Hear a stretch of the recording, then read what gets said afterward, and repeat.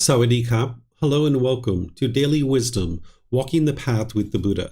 Today is our group learning program, and I'll be guiding you in a loving kindness meditation session. This is an excellent meditation that's going to help you eliminate all your anger, hatred, and ill will, and all the lesser versions, like frustration, irritation, annoyance, even the slightest dislike towards other beings. Not only is this uprooting the anger, hatred, and ill will and all those other versions out of your mind towards others, but it'll help you to eliminate any kind of negative self-talk or any kind of diminishing dialogue that you have towards yourself, because oftentimes the unenlightened mind has that, and you're not needing to walk around with that. You're not interested in walking around with that. You can get to the point where your mind is bright and cheerful and uplifted, and you don't have negative and degrading thoughts of yourself. So this is the meditation that's going to help you to be able to do that. But then you're going to also need to go out into the world and practice being loving and kind with others through your intentions, speech, and actions. You're not going to be able to just meditate your way to the elimination of anger and all those other discontent feelings. You're going to need to also go out into the world and practice through the eightfold path of right intention, right speech, and right action to be loving and kind with the individuals around you. So I'd like to welcome all of you to our class today, whether you're joining for the first time or you're joining regularly. And at the same time, I'd like to invite you to join for this meditation. The way that I'm going to do this is I'm going to start with some chanting to ease into the meditation, which you guys are welcome to join along in. And you'll find these chants on our website at buddhadailywisdom.com. You can click on free books and then scroll down towards the bottom and you'll see the daily chanting sheets there. After the chanting, I'm going to come in with some guidance on breathing mindfulness meditation, just for a short period, helping you to focus the mind on the breath. Then I'm going to come back in with the guidance for loving kindness meditation. I'll be doing that throughout the meditation. Then we're going to go back to breathing mindfulness, and then we're going to come out with the chanting.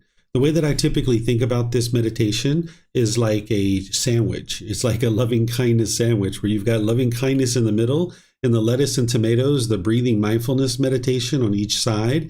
And then you've got the bread holding it all together, which is the chanting. So if you'd like to pull up a meditation cushion or however it is that you like to meditate, there's 4 positions to meditate. There's seated, lying, standing, and walking. This particular meditation we do in the seated, lying, and standing position. We don't typically do this one in the walking position.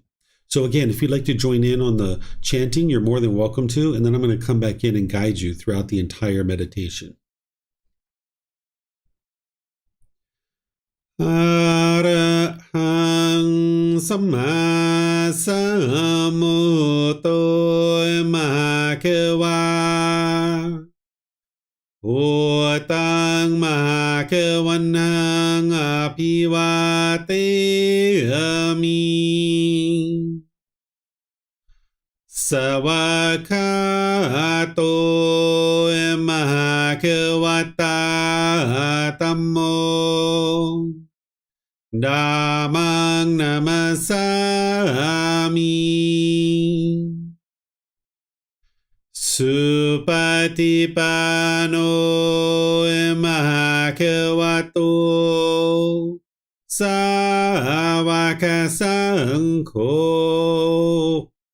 Sanghang Namami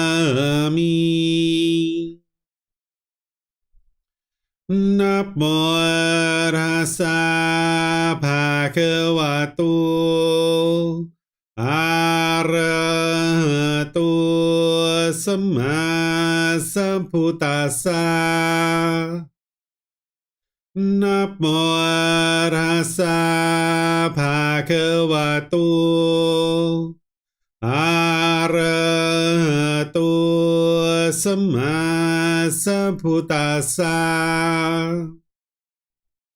Namo Tassa Bhagavato Arahato Samma Sambuddhassa Iti piso Bhagava Arahang Samma Sambuddho Vicacaranang Sammuno สกาโตโรกาวิตุ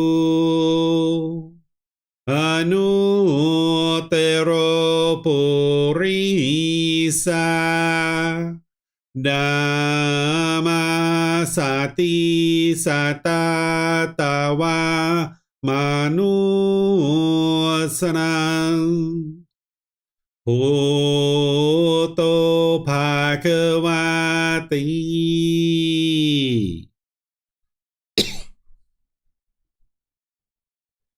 Okay, with the lower body and hands and arms comfortable, in the upper body erect, just close the eyes and start breathing in through the nose and out through the nose. Here you're just looking to establish the breath, a nice, natural, steady, consistent breath. Not forced or controlled, just a gradual inhale through the nose, experiencing the full breath. And then whenever you're ready, exhale out through the nose. Breathing in and out. Breathing in and out.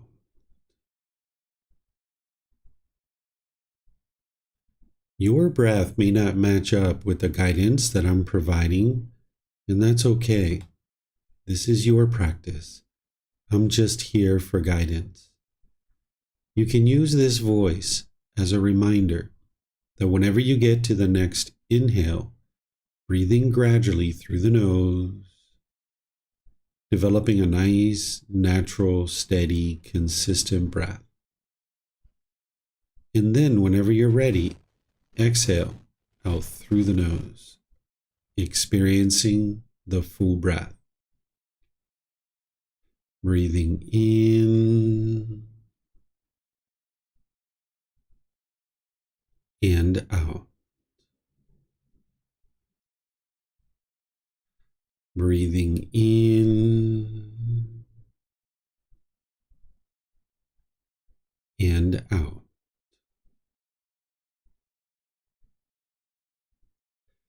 With the breath well established, start fixating the mind on the breath, either the sound of the breath coming into the nose or the sensation of air moving over the skin into the nose. The breath is the present moment. Fixate the mind on the breath, the present moment. Breathing in and out. Breathing in and out.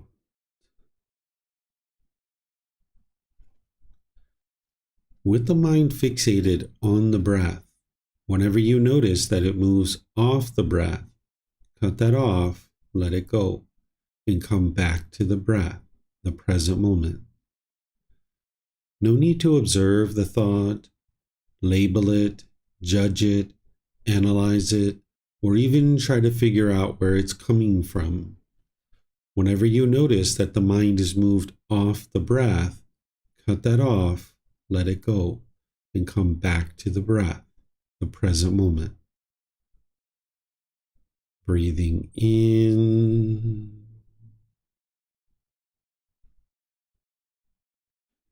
and out.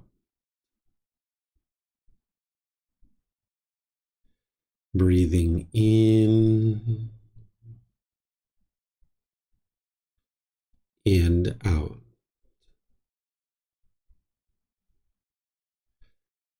I'm going to be quiet now and let you do this work of focusing on the breath, cutting off and letting go anytime the mind moves off the breath. Then I'll be back with more guidance on loving kindness meditation. You have nowhere to go. There's nothing to do. No one needs you right now.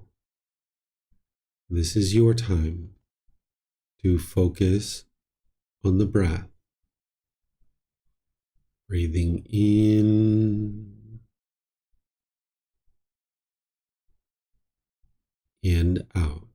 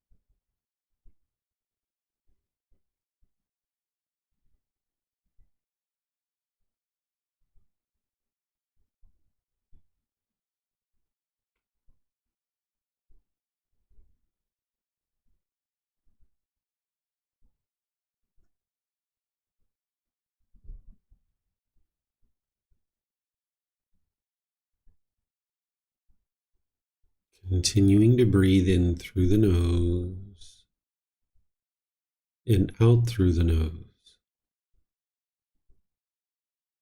Repeat these phrases in the mind on the out breath.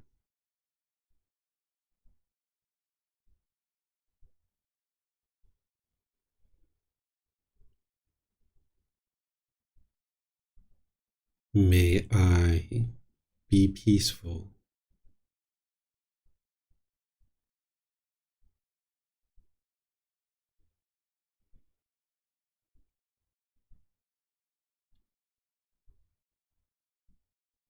May I be safe.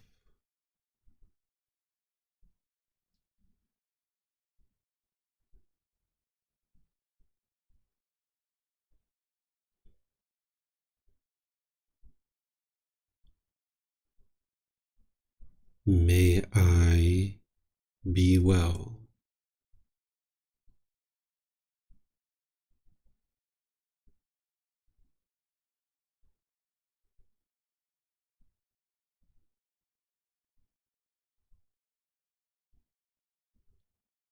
May I be free of all discontentedness in the suffering that it causes.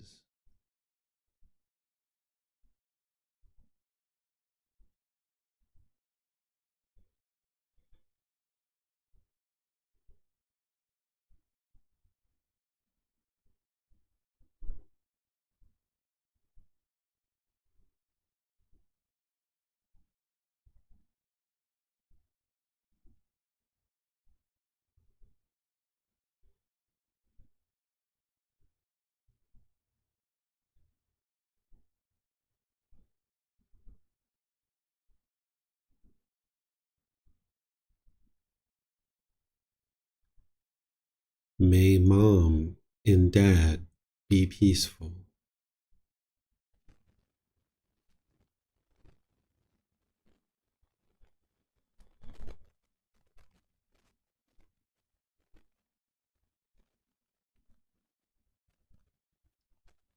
May they be safe.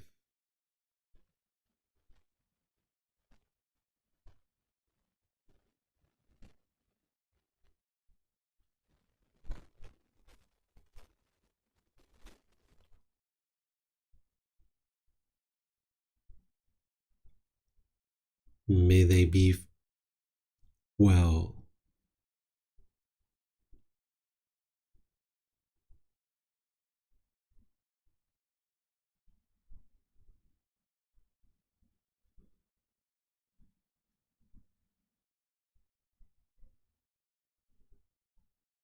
May they be free of all discontentedness in the suffering that it causes.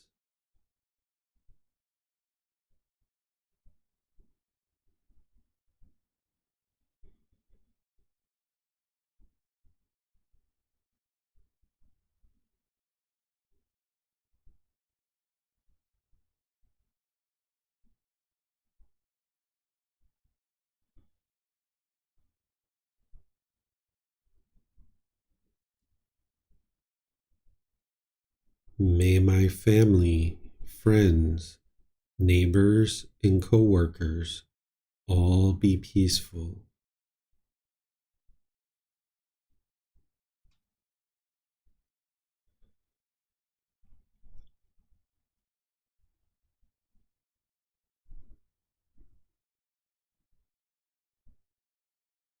May they be safe.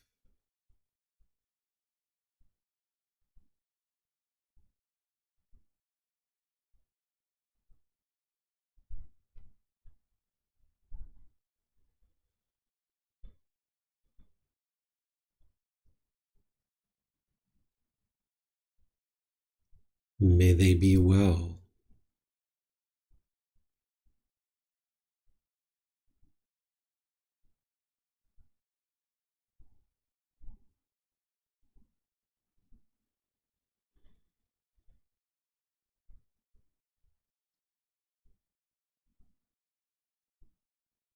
May they be free of all discontentedness in the suffering that it causes.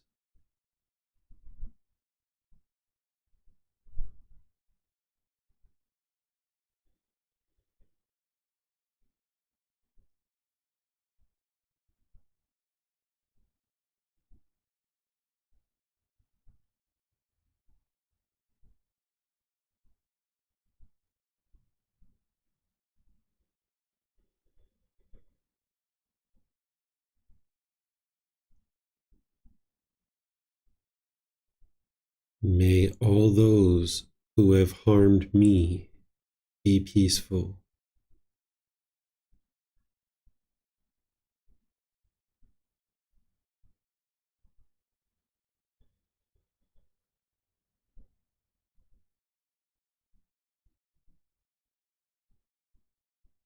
May they be safe.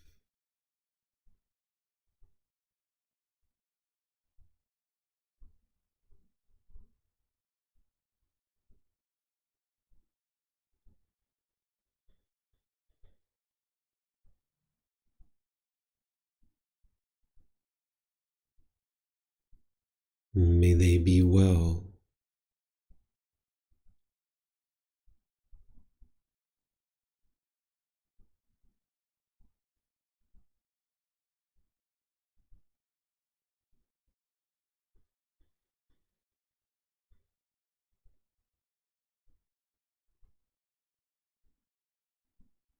May they be free of all discontentedness in the suffering that it causes.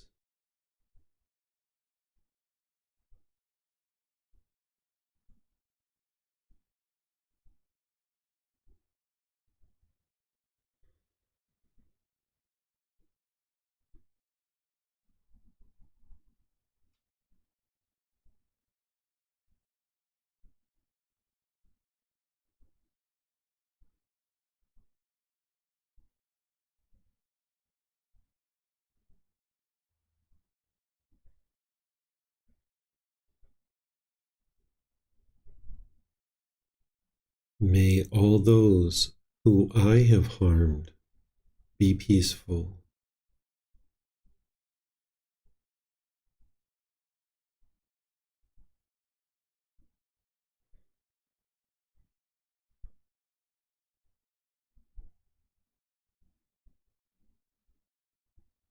May they be safe.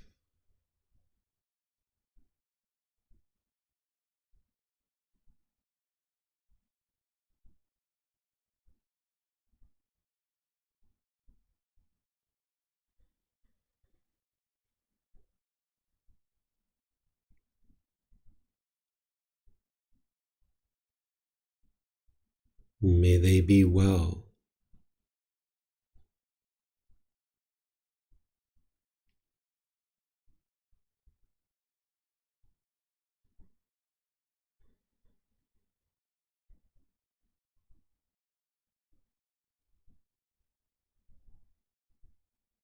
May they be free of all discontentedness in the suffering that it causes.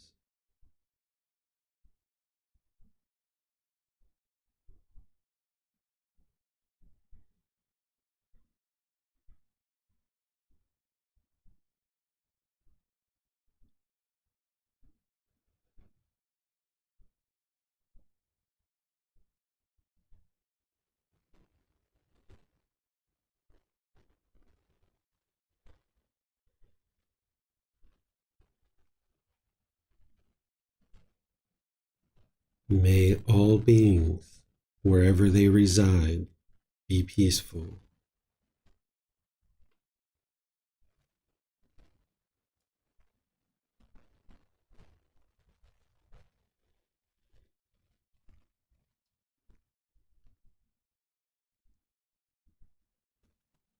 May all beings be safe.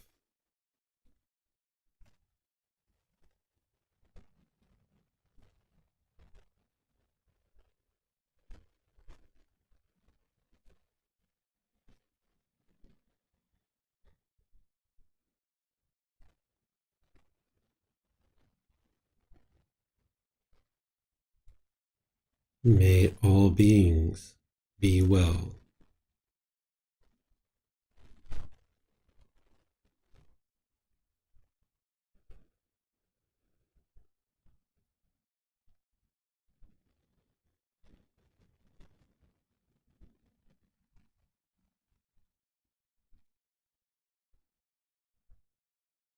May all beings be free of discontentedness in the suffering that it causes.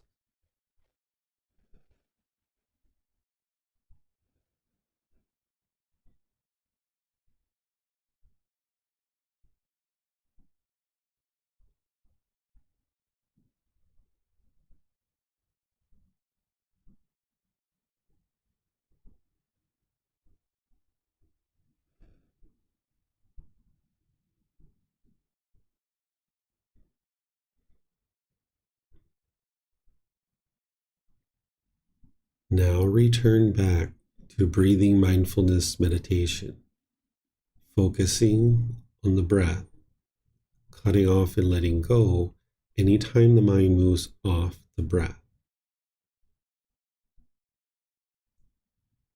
Breathing in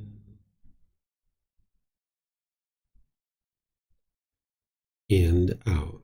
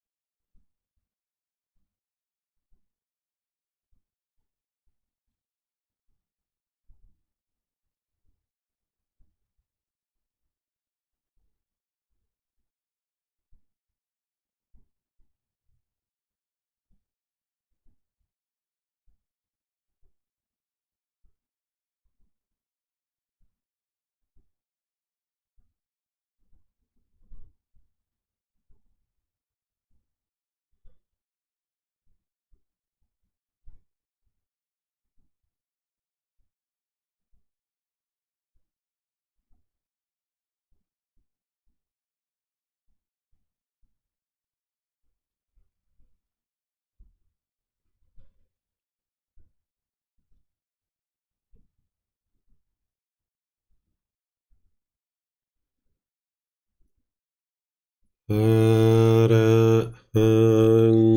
Samma Sambuddho Mahakawa Potang Mahakawanang Apivateyami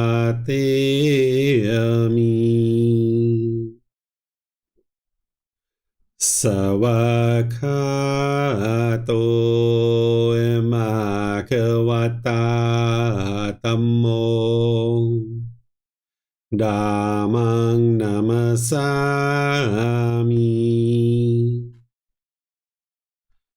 Supatipano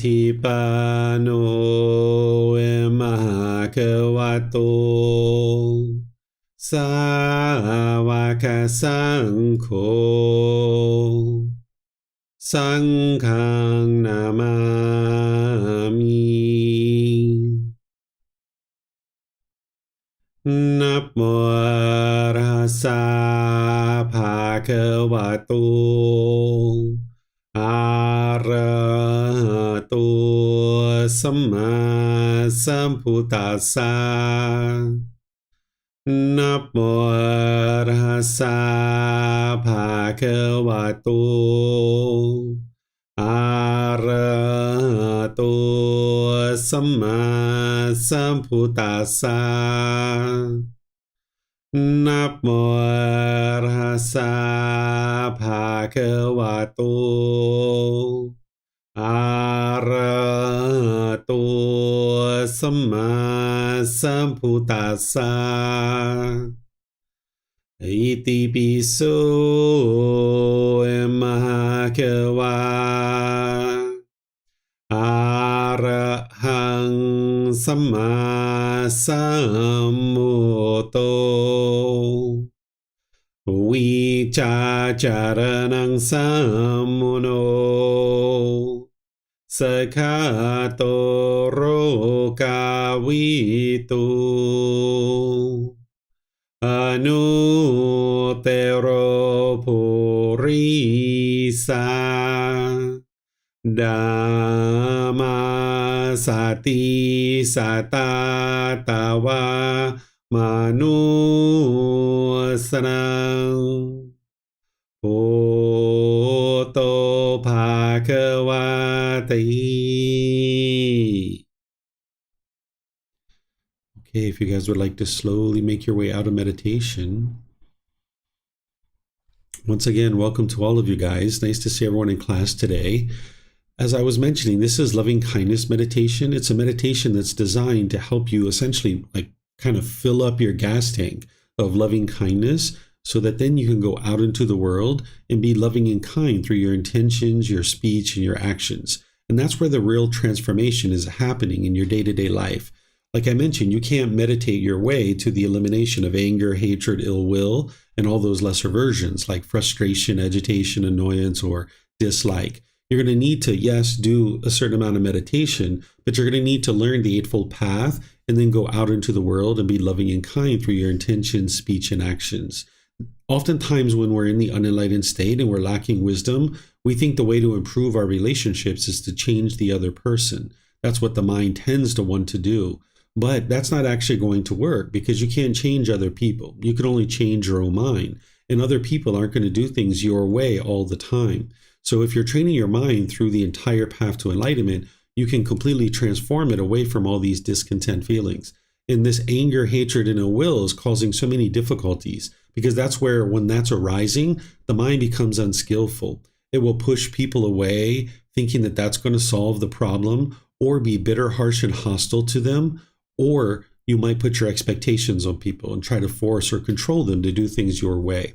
So this meditation is going to slowly but surely essentially rewire your mind to be loving and kind with all beings, including this being who you are.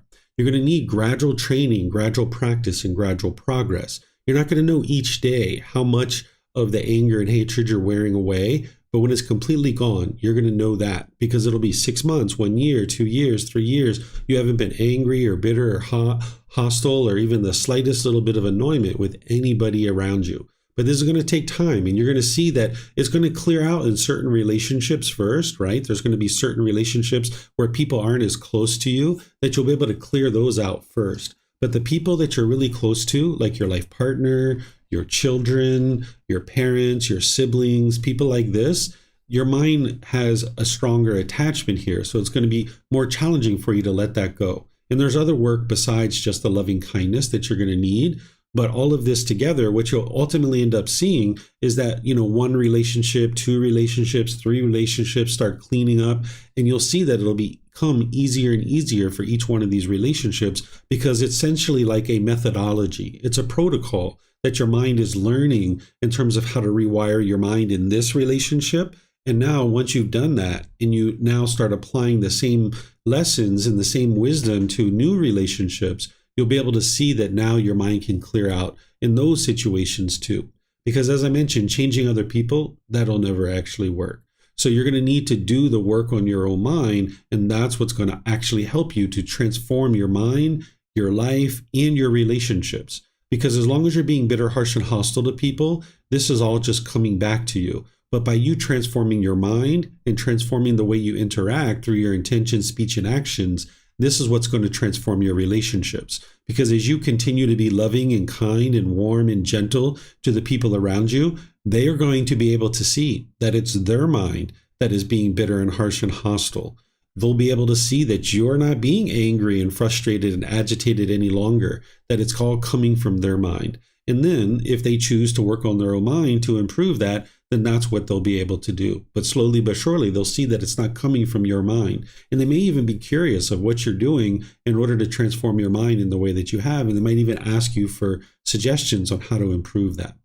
So what I'm going to do for the rest of our class is just open up to any and all questions that you guys might have related to the path to enlightenment, to meditation, to your own personal challenges that you have, anything and everything that you'd like to ask questions about. You can either put your questions into Facebook, YouTube, or Zoom in the comment section, or in Zoom, you can electronically raise your hand and ask any and all questions that you like. So we have a few people here in Zoom with questions. So we'll just call on the first one. It looks like Yusuf. You had your hand up. Go ahead, sir. Hello, Blue Eyes. Hello, hello. How are you? I'm doing wonderful. How are you? Fine. Just a heads up. I'll be asking a lot of questions this session. Oh, okay. Maybe you can ask just a couple, and then we can have Paul and Kristen to ask their questions, and then at the end, maybe you could ask a few more, or we could just stick around after class if you've got a whole lot. Would you like for them to start first, or I just go? We can do it that way if you think you have a lot of questions. Yeah, okay, do it that way. Okay, so Paul's next, so we'll just go to Paul. Hi, David. My question is related to meditation. Just lately, what I've been doing in order to have a consistent having consistent breathing during mindful breathing meditation is I've been counting, like sort of 6-8 seconds in and then 6-8 seconds out. Is there any reason not to? Like, is that not a good thing to do? Or yeah, what you're doing there, and other people do this too, and they don't realize what it's doing, is it's actually replacing whatever thought you would have had with the counting. So the mind hasn't truly let go in the situation. So what you would like to do is, if you need that now to kind of like get you going, but you're going to need to eliminate that, because you need to get to the point where the mind has enough discipline where it can focus on the breath without doing any counting, because the counting is just giving the mind some thought to think about, and it hasn't truly let go in this situation. So you would like to get to the point where you're able to focus on the breath without any counting. And then when the mind moves off the breath due to a thought, then you notice that, because that's what's going to build your mindfulness. If you keep giving the mind something to think about, you're not building the mindfulness or awareness of mind for the mind when it moves off the breath. And you're also not getting the discipline or the control of the mind to cut off and let go and bring the mind back to the breath. So it's not really training your mind to do the thing that you need, which is outside of meditation. You need to be aware of the mind, so that anytime the mind moves in terms of excitement or sadness or frustration or any of these other discontent feelings, you need to be aware of that with your mindfulness and then be able to cut it off and let it go. But if you're not building that in meditation, you're not going to be able to do it outside of meditation. And that's where the real work is actually happening. Of course, you need the meditation to exercise the mind, but outside the meditation, when you're experiencing contact through the eyes, ears, nose, tongue, the body, and the mind, you need to be able to be aware of what's going on in the mind. And then if you notice any discontentedness arising, to cut it off and let it go. so focusing on the breath, in my case, what I tend to focus on is my chest, my lungs filling, expanding and then contracting, like you suggest, of sensing the air coming in and out.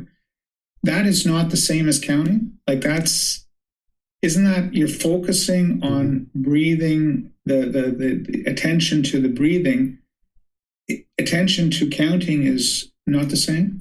I don't teach you to focus on the lungs and the chest and all of that kind of stuff. I'm not sure where you got that from, but it wasn't for me. Focusing on the sound of the breath or the sensation of air moving over the skin, that's what you would like to focus on. This is also what the Buddha taught, is to focus on the breath itself, not the counting, not anything else. Because with counting, like I mentioned, it's just giving the mind something to think about. So the mind is tricked into thinking that the meditation is going well because the mind's being given something to think about, which is the counting. So if you just focus on the breath and you hear the sound of the breath, then that's what you would like to focus on. And it's not the same as counting, because with counting, you're giving the mind a thought. Each time it's changing its thought, and you're not going to be able to get to enlightenment that way. In fact, it's going to end up causing your mind to hold on more. There's people who teach this technique of counting, and typically when someone's been learning this and doing this for a couple of years, and then they come and learn with me, they always struggle to be able to train their mind to let go. And I can see in their day-to-day life that their mind has a lot of craving and clinging, and their mind hasn't been trained to let go. So you would like to get away from that and focus on the breath. That's what's going to produce the results for you. Okay, because you see, I thought that focusing on the breath was the same as focusing on counting, but I guess it's not. Also, no, you've never taught this lung expanding close. That was just, to me, just another variation on the focus of the air, the sensation of the air, the sound of the air going in. But you say that's not the same. Like thinking or focusing on your lungs is not the same as focusing on the sensation or the sound of breathing. It's that strict, right? It's got to be exactly that. It's got to be the one thing you can only focus on to be effective is the sound or sensation of air going in and out of through your nose. Yes.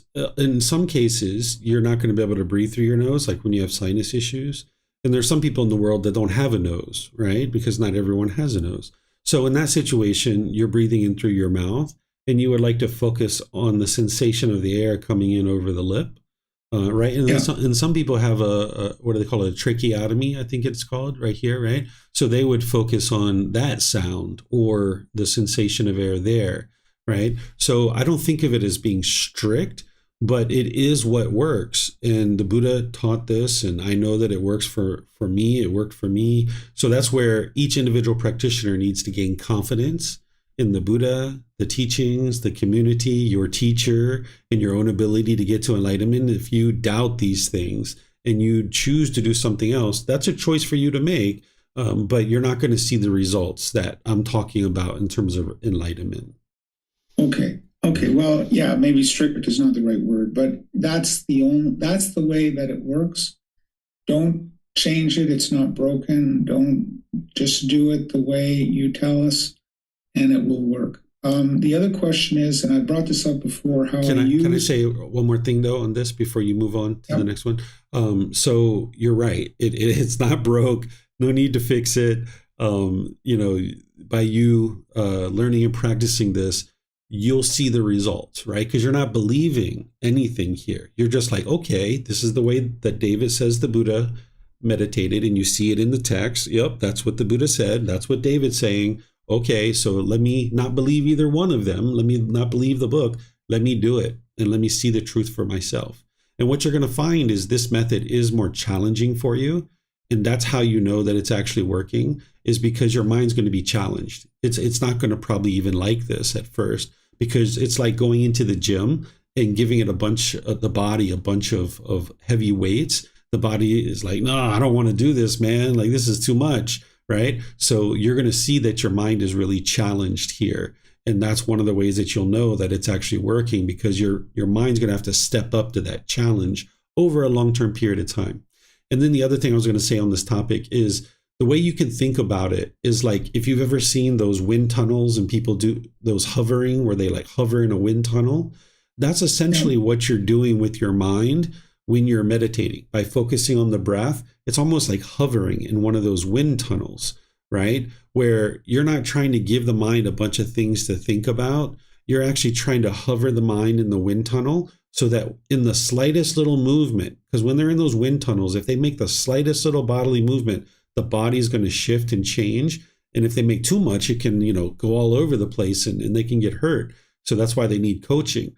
right? So even the slightest little movement of the body will adjust the body. So it's the same thing as like if you're hovering the mind, like in one of those wind tunnels, and the mind moves just ever so slightly, over time, you'll be able to notice that and you'll be able to bring it back and you'll have that discipline and control. And that's why focusing on the counting or the breathing in and out through the chest, that stuff doesn't allow your mind to build that capability like you're hovering in a wind tunnel.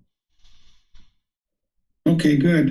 Good analogy. The second part, again, meditation is, I brought this up before, and you've told me that it's okay to use, breathing mindfulness, and cutting off, while trying to fall asleep. Like, you go to bed, your busy mind is going, and you use that method. Your eyes are closed, you're lying in bed, and it helps to calm the mind and help you to fall asleep, and it works very well. And you said that that's okay. I'm wondering, can that extend to eyes open when after meditating, going out into the world? And what I'm usually like, I got a lot of tension in my body from being out there in the world, and the breathing. If I maintain an awareness of my breathing, it can help relieve some of that tension, because then I'm aware of it, and then I let go. Mm-hmm. Also, this negative self-talk goes on a lot, and by cutting off, letting go with eyes open, is that, though, a bad thing to do outside of meditation with eyes open, because it would take away the effectiveness of meditation with eyes closed, where you're dedicated and doing these things, but then doing it with the eyes open, although it can help in some ways, it can also take away the effectiveness of the meditation itself. So a few things here is like, yes, if you've got a regular standard meditation practice of 2 or 3 per day, and you're gradually building up to 30 minutes, if you decide to use breathing mindfulness as a way to help you get to sleep, you can surely do that. It'll really help you, especially if you're doing your 2 to 3. You'll see that your mind will have a much easier time to fall asleep. I just encourage you not to consider that one of your 2 or 3, right? That's just kind of like, 5 minutes here, 10 minutes there, just to help you ease off to sleep. So just would like to make sure you understood that. In terms of what you're doing with the breath outside of meditation, with your eyes open, yeah, that's exactly what you would like to be doing. Is that the meditation is just like exercising the body, right? But you're exercising the mind. So if you go to the gym and you lift a bunch of weights, then you're over your friend's house and they're like, hey, can you help me move my sofa? You're like, sure, no problem. You've been lifting weights, you can move the sofa easily, right? So it's the same thing as like if you're exercising the mind with the teachings that the Buddha shares, particularly the meditations. Now in day-to-day life, you're using the qualities that you cultivated during meditation in order to help you in your day-to-day life. So now you're going to have more mindfulness, you're going to have more concentration, and you're going to be able to cut off and let go easier and easier. So in your day-to-day life, say you're driving down the road and somebody cuts you off in traffic and you notice the anger arising, boom, cut that off. May you be well, sir. May you be well, ma'am. Have a good day. And you just ease off your accelerator, right? So you don't have to close your eyes there. Or, any number of other situations you might be in where you're noticing the bodily sensations, the feelings, the condition of the mind, or symptoms of the mental objects arising. You would like to cut that off and let it go. And that's the benefit of having done the meditation, is your mind will have that internal mechanism to cut off and let go. So it's not going to negatively impact your meditation. It's actually going to help you. That your meditation is to support your day-to-day life in the qualities of mind that you need in order to practice your moral conduct. But then by practicing in your day-to-day life, particularly your moral conduct and the mental discipline section, that's going to actually help you in your meditation. These two things are like feeding off of each other and helping you to be able to fully train the mind. It's not just in meditation that you're training your mind. You're actually training your mind in day-to-day life. Like, I don't think you live near a railroad track, but let's just say train came rushing past your house and started shaking the house or something like that, or an airplane, right? Because that's kind of like a fluke, kind of like once in a while thing. And you notice, nope, cut that off, let that go. No, this is impermanent. This is a once, in a situation, this doesn't really happen regularly. Let me just cut that off. No big deal, right? So now with your mind being able to do that in your day-to-day life, now that's going to help you in your meditation. So all of these things are going to feed off of each other, one helping the other. Okay, great. It goes back to my, my previous training, teachings, where meditation was everything, and it was almost mystical, and you had to use it only in certain, while meditating and never outside, and and your mantra was a big secret, and all this kind of stuff. It's not like that. There's no reason why I can't practice what I do in meditation with eyes open, or when I'm trying to fall asleep. I can do it anytime, as so long as I don't consider that to be one of my 2 or 3 meditation sessions a day. Yes, exactly. And it's just like if you went to the gym to exercise the body, maybe you work out for 30 or 45 minutes, and now when you move your friend's sofa, you don't consider that to be your workout. You still got to go to the gym, 3 days a week or whatever it is. But hey, the fact that you are exercising in the gym, wow, look at all this benefit. You can go around helping people, right? And you can move your own sofa if you would like to. So the Buddhist teachings are a complete package. That's why if you start changing any single aspect of his teachings, it renders it ineffective because it's not what he actually taught. And oftentimes it takes the mind in the opposite direction. So there's been 2,500 years of history. So over the years, people either inadvertently or overtly modified his teachings. And that's why we see so many misunderstandings. And you see people doing all these different things like counting or any number of things, or thinking that they can't apply the qualities of mind from their meditation in their day-to-day life, and all these other things that you hear. And that's why it's so important to get back to the original words of the Buddha and be able to see what did he teach and what he didn't teach, and then work with a teacher that you know, or you have a very good inclination that is either enlightened or very close to it, because you know that whatever they did to get to that mental state that they're experiencing, then if you learn and practice what they're doing, then you'll be able to get to that same mental state too. Yeah, I'm glad I asked, because, I was, of course, deviating, as you normally do. When you don't talk to the teacher, you tend to variate and thinking you're improving, but you're actually moving away from what you should be doing, which is stick to the plan. Don't change it. It's not broken. And as for negative self-talk, again, you're going through the world. When you notice you're doing it, you cut it off, let it go. That's the solution. It's that simple. Yes. There's no special guidance for dealing with negative self-talk. When you feel it coming on, you notice it, you're criticizing yourself, you just catch it and cut it off, let it go. And even with eyes open, that's what you're doing. Yes. And the sooner you do that, the better, because when you allow the mind to indulge in these kind of thoughts, it's a lot harder to get it out. So that's why your mindfulness is so important. That's the guard that's guarding your mind, so that anytime you see even the slightest little unwholesome thought, whether it's about yourself or others, you cut that off. And slowly but surely, that's what's going to rewire the mind. And eventually you won't have those type of thoughts anymore. But it's going to take you, a good amount of time, multiple years, to train your mind in this direction. But you'll see a gradual decline, and it gets easier and easier and gets more and more fun. Initially, it's really challenging because you've got this wild mind that's all over the place, and it hasn't really had any training. It's like a wild horse. A wild horse is very challenging to train. And initially it's very hard, but then over time it becomes easier. So these qualities that you're building in meditation, you are going to use those in day-to-day life. That's the whole reason why you are meditating.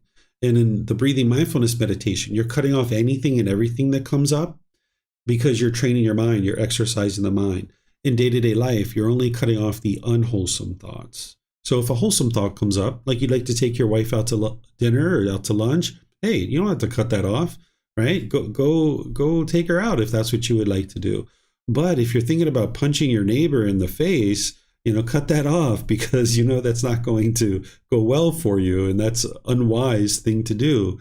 So that's what you cut off, is the unwholesome things, or the negative self-talk, or judging others, or all these things that you're learning that are coming from these pollutions. That's what you're cutting off. Good point. I'm glad you mentioned it. Yeah, all thoughts during meditation, negative thoughts only during eyes open. Okay, thanks, David. Appreciate it. Yeah, you're welcome. I thought you were going to say, David, thanks for mentioning that I need to take my wife out to dinner tonight. We'll tell her. I'll get you in her good books. All right, Paul. Nice to help you. All right. So it looks like Kristen has a question. Go ahead, ma'am. Hi, thank you, Teacher David. I'm hoping that I can kind of formulate the question. It's in my mind, but how it comes out of my mouth is we'll see. So it's about loving kindness meditation. And when I'm doing it, for say when it comes to family, friends, and coworkers and that group, there's so many folks in that group. And it's hard to am I focusing like not on any individual and just try to keep it very broad and open, or do you sort of pick and choose? Or because a lot of times people just sort of randomly pop up in my mind. Mm-hmm. And so do I cut that off, or do I just kind of go with what popped up? So say it could be like my neighbor, her father just had a lung transplant. Mm-hmm. Like, thinking about, trying to give loving kindness to her and her family. But next time I may do loving kindness, she may not be there. It could be, a coworker or family member. So I guess that's sort of the question is it normal for it randomly to just pop up different people, or do you focus on certain individuals, or do you not do that at all? I guess is the question. Yeah, this meditation is going to get customized over time. You're going to be changing this around. And typically you need someone in there for a good several meditations in order to really wear away the anger, hatred, and ill will, because that's the type of people that you would like to include. You can put a ring or two of people you do have loving kindness for, because that'll help bubble it up in the mind.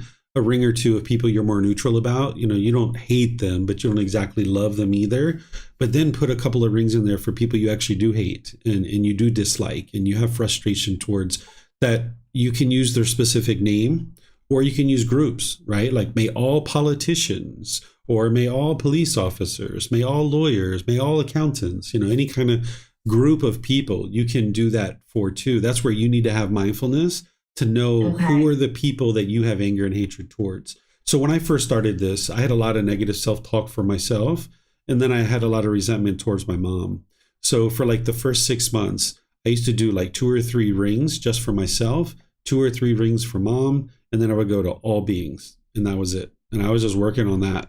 And then as I did that for 6 months and I started seeing things kind of loosen up and get better, then I started changing this. I didn't need mom in there anymore, because I was, in addition to doing loving kindness, I was interacting with her in a more loving way, but also I was practicing generosity with her to help break up that resentment. And then once I noticed I wasn't being angry and bitter and harsh to her anymore, then I started putting other people. And also my negative self-talk went down. So I started to decline the number of rings that I was doing for myself. So there were people that I would sometimes include for like 2 or 3 days. Like maybe somebody would cut me off in traffic. I didn't even know their name, but I was just interested to make sure that my mind didn't grab on and hold on to that anger. So I would put them in there for 2 or 3 days.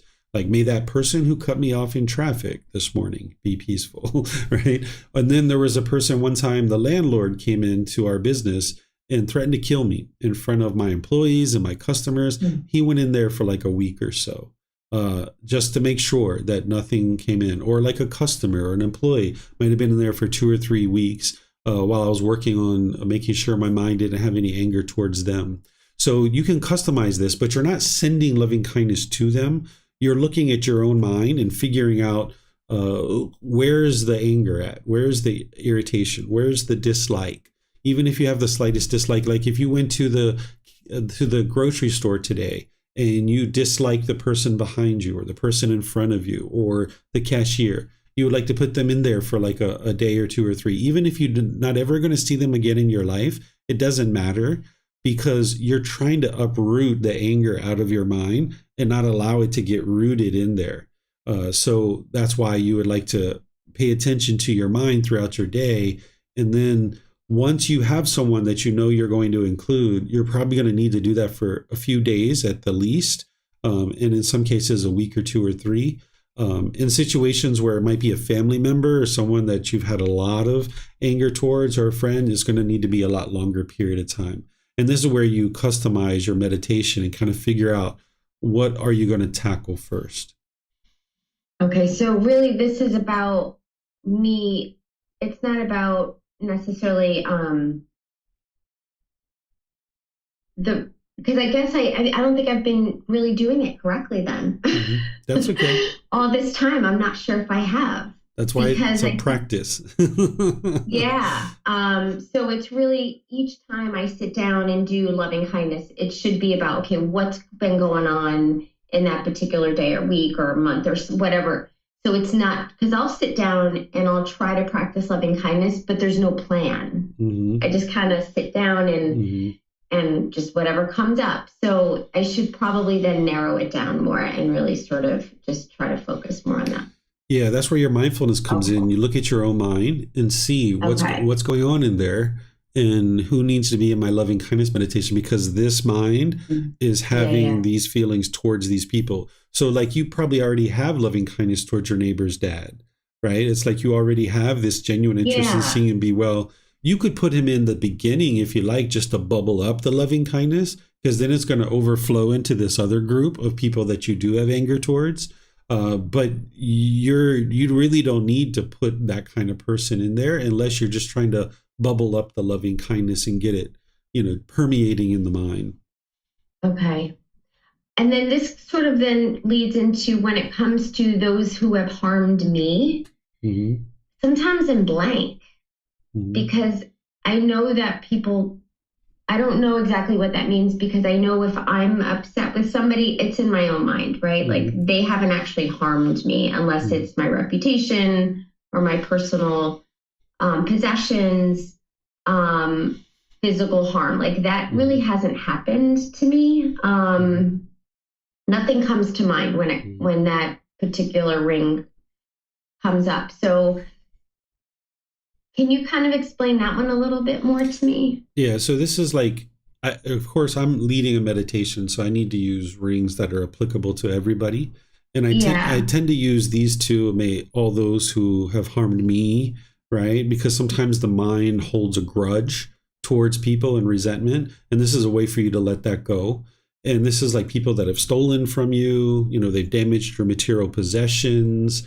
Maybe you've gotten in a fight, or someone hit you or something like that. Even as a kid, if your mind was holding on to any of that stuff, or your reputation or anything like this, that's why I do that particular ring. But for you, it might be an actual person, right? Because you don't need to maybe do this general thing among everybody, because maybe you don't have 5-10 people that are in that category. Maybe there's only one person, so you just use their name instead. And then when I say, may all those who I have harmed be peaceful, I do this one because oftentimes people hold on to guilt and shame for the harm that they've caused others. And this will help you to be able to let that go in your mind. Because of course, breathing mindfulness meditation is training your mind to let go. But this loving kindness bubbling up, realizing that you've caused harm to this person or multiple people in your life, then you can train your mind to let that go and not have any guilt or shame about that. Yeah, that one's clear. And I always there's like 3 people in my mind that always come up that I still harbor some guilt about. So those people always end up in that ring. It was just the others I was like kind of unsure about, kind of where I'm supposed to sort of bring my mind to focus on. So thank you for helping me with that. Yeah, and once Which again, if you have two or three people that are in that category, you might just use their names, right? Like I may do. Barbara, Bob, and Susie Yeah. be peaceful instead of the general ring that I use, because I'm just Yeah. using it to apply to everybody and kind of Okay. helping you guys see the structure so that then you can customize it on your own. Okay. All right. I'll start working on that a little bit more. And then I had another question, if you don't mind. Can Hmm. I ask? Sure. Off topic. It's about I was traveling a couple days ago. We just got back, and we were in Connecticut, and we noticed that when we were there, there's these they're called spotted lantern flies, and they're like everywhere. Hmm. And it's they're invasive, and they cause harm to trees and plants, and it's recommended that people step on them and kill them. Hmm. And I was kind of like, I didn't, but I wanted to know kind of your thoughts on that. If it's an invasive insect that's causing harm Hmm. to other species of plants and crops and things like this, how would you sort of handle that as like when trying not to cause harm to other living beings? Like, how would you sort of handle it? Is it a, I mean, yeah, I guess that's the question. I wouldn't kill them if I was in that Okay. situation. I've been in that situation where there's cicadas and all that kind of stuff in the USA. But I wouldn't kill them just because the government's recommending that and telling people to do it. That's not the best way to handle things. And places where the government leaders are recommending killing, this is where we see a lot of killing in the world, right? Because basically the message here is that if there's some being in the world that is doing something that you don't like and that you find to be undesirable, kill them. And now we see places in the West, particularly where there's a lot of murders. Like here in Thailand, there's a lot of street dogs. You were here. There's street dogs. There used to be a lot more of them. The Thai government could easily round up all those dogs and euthanize every single one of them because they're interested in bringing the population down. But they understand how unwise that is and what that tells the public about how to handle these kinds of situations. So they've rounded up the ones that kind of behave the worst, and they put them in a little retreat sanctuary out in the eastern part of Thailand. Apparently, there's some farm that has 8,000 dogs on it. The last I heard, right? And then all the other ones that are kind of like behaving well, they just rounded them up and spayed or neutered them and then put them back to where they were and just kind of let them live out their life. And now the population is gradually decreasing. You don't see as many dogs anymore. And the Thai people understand like this is a better way to handle it, that we have love and kindness for and compassion for these beings. And sometimes people look at insects differently than a furry dog or a furry cat or something like this. But insects are equal beings to every other being, the way that our mind needs to be trained to be able to see it that way. And just because this group of people doesn't want this insect here doesn't mean that we should be an agent of them to go around and kill it. It's unwise to do that. So if, for example, though, they were causing harm to the house, like we had termites here one time, and we researched how to get rid of them without killing them, and there was no way to do that. So because they were causing harm, we needed to cause harm back. So that's where you need to look, is this being causing harm? I had a student just recently do a personal guidance session with me. He had carpenter ants, and he had mice coming into his house, or a mouse that came into his house, and he was asking me how to handle it. And carpenter ants eat the wood, and I was explaining to him that if I was him, I would handle that situation differently than the mouse, because the mouse isn't causing any harm. I suggested to him to live trap the mouse and relocate it, and then Mm-hmm. I suggested to him to research if there's a way to eliminate the carpenter ants without killing them. But as far as I know, there isn't any way right now. So you need to be able to look at each situation differently, and that's where, moving to the higher consciousness, you can look at, is there any harm that this being is causing me, and do I need to cause harm to it back in order to stop that? And you're not shaking your head. It doesn't sound like those flies were causing you any harm. It didn't cause harm to me. Yeah. I just sort of noticed them and, see people stomping on them, and was reading a little bit about it, and that they're recommending that people kill them if they see them. Mm-hmm. And I didn't. I just let it kind of fly by because I was like, it's not causing harm to me personally, so I just let it live and be. And I just wanted to know what your thought was. If it's causing harm to plants and, crops and things like this, which I don't know for sure. It's just what I read. Mm-hmm. Is that reason to exterminate them? Even though for me, it's not personally causing harm to me, but ultimately they're saying it could cause harm to, agriculture. Yeah, if I was a farmer and they were causing harm to my property, I would do that, right? That's what I would do. I would need to cause harm back because, there's no way to eradicate them other than that. And now they're actually causing harm to me. But if I'm just like an accountant that lives next door to the farmer, I'm not going to go kill the bugs, the insects, because they're not causing harm to me. I'm an accountant. They're not causing harm to my house. They're not causing harm to anything that's going on in my life. So no need for me to go out there and cause harm. So the intention behind each one of your actions has a lot of impact to what you experience on a day-to-day basis. So by you not having the intention to kill, that's having loving kindness and compassion. You didn't act through any hatred or ill will towards them. So in that situation, by you not killing the bugs, the insects, you operated through generosity, loving kindness, and wisdom, and then you're going to experience wholesome karma because of that. Now, as a farmer, if they're causing harm to my crops, I can still kill these beings out of loving kindness because I have loving kindness for my own family and for my own livelihood. My intention here is, if I could, I would just snap my fingers and get rid of all these insects and let them go live somewhere else, because I'm not interested in them being here because they're causing harm to my crops. But because they are causing harm to my crops, I'm only choosing to kill them because they're causing harm. Otherwise, I wouldn't kill them at all. This is the intention of loving kindness, or that non-ill will and that harmlessness. So that's where each individual being needs to practice harmlessness, but you need to look at what harm is this being causing, and then make your decisions accordingly. It's the same kind of thing as if someone broke into your house late at night. You're going to cause some harm to this being in order to stop the harm that they're having come to you. You're not going out intentionally looking to cause harm out of anger, hatred, and ill will.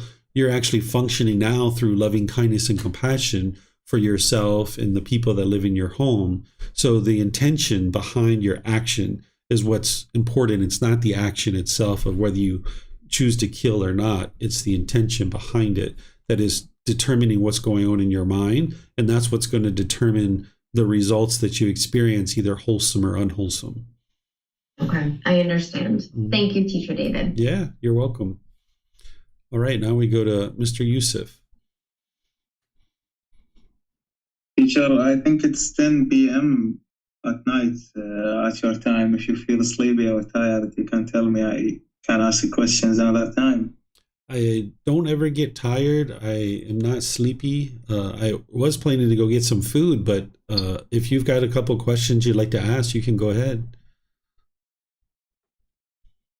It's up to you. If you are hungry, you can go and eat. I can ask anytime later. Okay. Yeah, I know you have endless questions, Yusuf. You send them to me all day long, and so there's never going to be a shortage of questions from you. But yeah, if you're going to answer them another time, that's fine with me. But it's your choice. I'm fine either way. After how long time are you going to get that food? Like, do I have a certain time that is a free time? I don't know if you understand this question. I think if you have 2 or 3 questions, Yusuf, that, take 10 minutes or so, I think that'd be fine. Okay, Yeah, let me. Oh no. Go on it. Go on it. I can ask another time. No need now. Okay. All right. Okay. Bye. Thank you. Okay. Take care, Yusuf. All right. Well, I'm just going to end class here by thanking all of you guys for joining. Thank you for your interest to learn and grow and develop on the path to enlightenment. This Sunday, we're going to be in chapter 12 of our book. It's titled Craving is the Problem. What is the Solution? This is where I'm just going to remind students of what's really going on in the unenlightened mind, helping them to then prepare for chapter 13 when we actually study chapter 13, where I'm going to teach you how to go in and surgically remove individual cravings, desires, attachments. So that's what we're going to be doing on Sunday as part of our class. And then, of course, we have our Pali Canon English study group on Saturdays, and we have all kinds of other events that we're having now. So thank you all for your support. Thank you for everything you do to help me, to help you. And perhaps I'll see you guys in one of these future classes. Have a very wonderful and lovely rest of your day. We'll see you next time. Sawadee-ka.